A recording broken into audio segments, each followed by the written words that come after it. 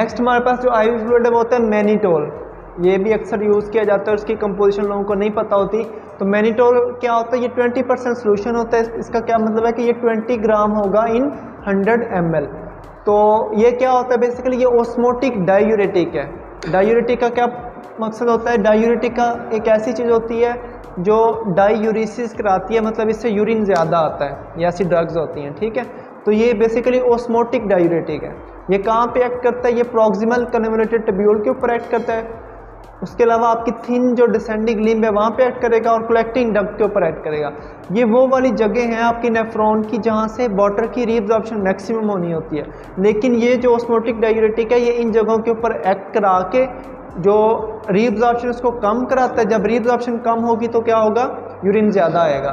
तो अब ये इसको ऑस्मोटिक डायूरेटिक क्यों कहते हैं, क्योंकि इसने बॉडी से सोडियम और क्लोराइड को बॉडी से निकालना होता है। जब ये निकालता है तो क्या होता है, जो यूरिन होता है उसकी ऑस्मोलैरिटी बढ़ जाती है, इस वजह से इसको बोलते हैं ऑस्मोटिक डायूरेटिक है, ठीक है। मतलब कि ऑस्मोलैरिटी बढ़ा के फिल्ट्रेट की जो ग्लोमेरुलर फिल्ट्रेट होता है ना उसकी ऑस्मोलैरिटी को बढ़ा के उसको बॉडी से निकालता है, जिससे क्या होता है आपके पास ऑस्मोटिक डायूरेसिस हो जाता है। मीन के जो आपका यूरिन होगा उसमें क्लोराइड और सोडियम ज़्यादा होगा, उसकी ऑस्मोलैरिटी बढ़ेगी, उसकी रीअब्जॉर्प्शन कम होगी। रीअब्जॉर्प्शन उसकी कहाँ पे हो रही होती है, प्रॉक्सिमल कन्वोल्यूटेड ट्यूब्यूल के ऊपर, थिन डिसेंडिंग लिम्ब और कलेक्टिंग डक्ट। ये वो पॉइंट है जहाँ पे मैक्सिमम रीअब्जॉर्प्शन होती है।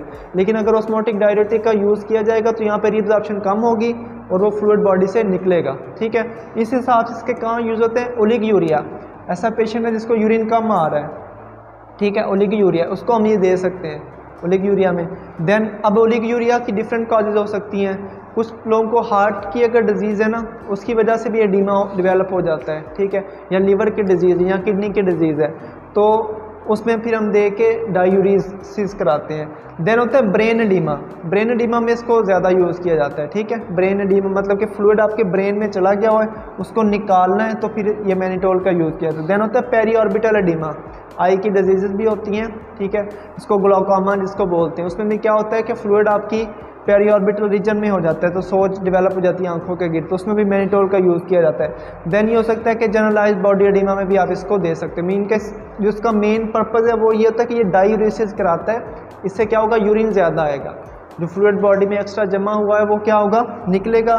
तो इसको मैनिटोल को हम यूज़ कर सकते हैं। तो इसको कितना यूज़ करना ये भी डिपेंड करता है इंडिकेशन के ऊपर कि पेशेंट आपका किस तरह का है, आप किस लिए यूज़ कर रहे हो। आपको इसकी कंपोजिशन पता होनी चाहिए और इसके यूजेस पता होने चाहिए। क्लियर है।